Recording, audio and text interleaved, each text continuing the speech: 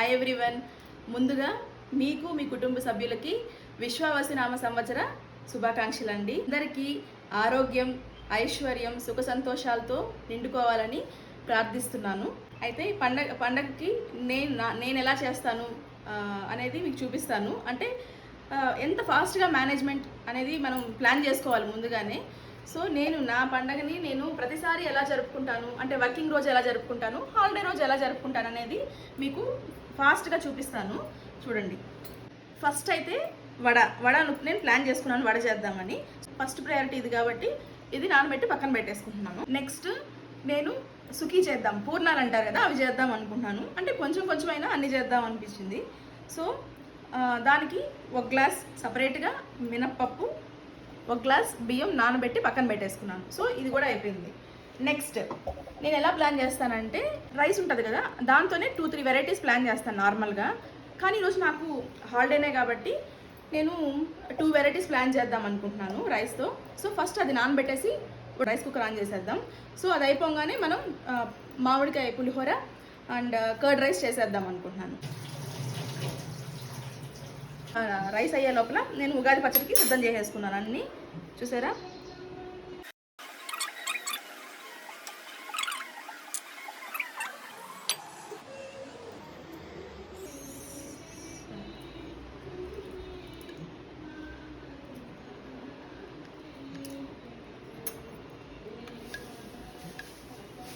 So చాలామంది ఇట్లా fruits అవన్నీ వేస్తారు. రియల్ ఉగాది పచ్చడి ఇదే. ఉగాది పచ్చడి అయిపోయింది. ఇప్పుడు ఉగాది పచ్చడి అయిపోయింది. ఇప్పుడు నేను పొంగల్ చేద్దాం అనుకుంటున్నాను.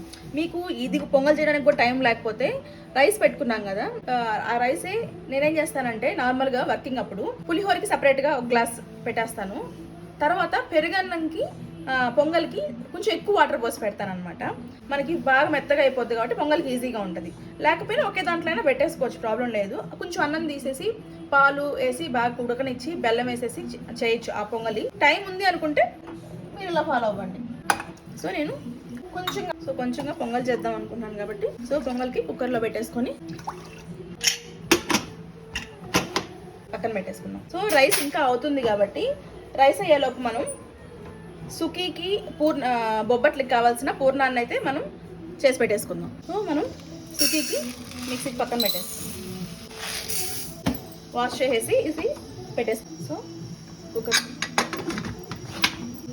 ఇవి ఉడుకుతూ ఉంటాయి. ఈలోపు మనం ఇవి కొంచెం నానాలి బొబ్బట్లకి. సో యాక్చువల్లీ ఇంకా ముందే చేయాలి. నేను మైదా పిండి కొంచెం తీసుకొని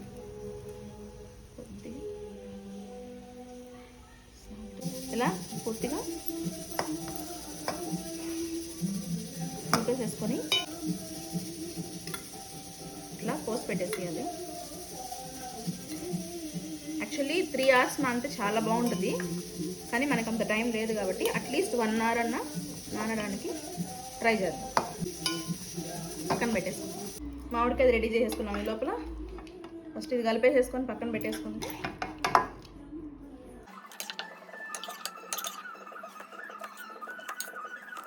మామిడికాయ పులిహోర అయితే రెడీ అయిపోయింది. చూసారా? సో పెరుగన్నంకి ఫస్ట్ పెరుగు పోసేసుకొని కలిపి పక్కన పెట్టుకుందాం. నెక్స్ట్ పోపు వేసేసుకొని పోపు చల్లారాక దీంట్లో వేసేసుకుందాం.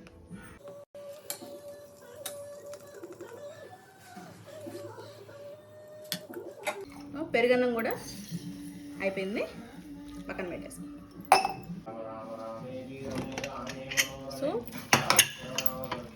పొంగల్ కూడా రెడీ అయిపోయింది. ఈ సుఖీల్ది పప్పు ఉంది కదా, ఇట్లా చూసేసారా? సో దీన్ని ఇప్పుడు నీట్గా మిక్సీకి వేసేసుకుందాం.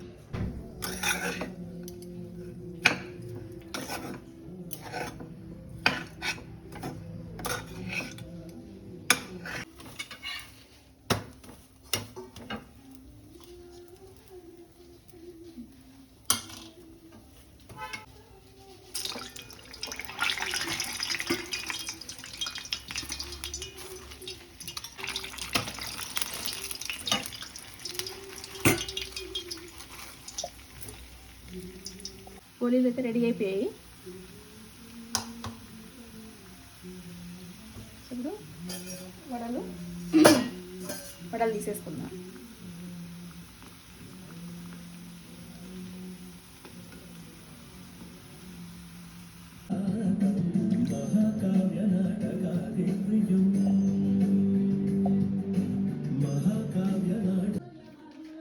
ఉగాది ప్రసాదం అంతా రెడీ అయిపోయింది. సో ఇప్పుడు మనం పూజ స్టార్ట్ చేసేస్తున్నాం.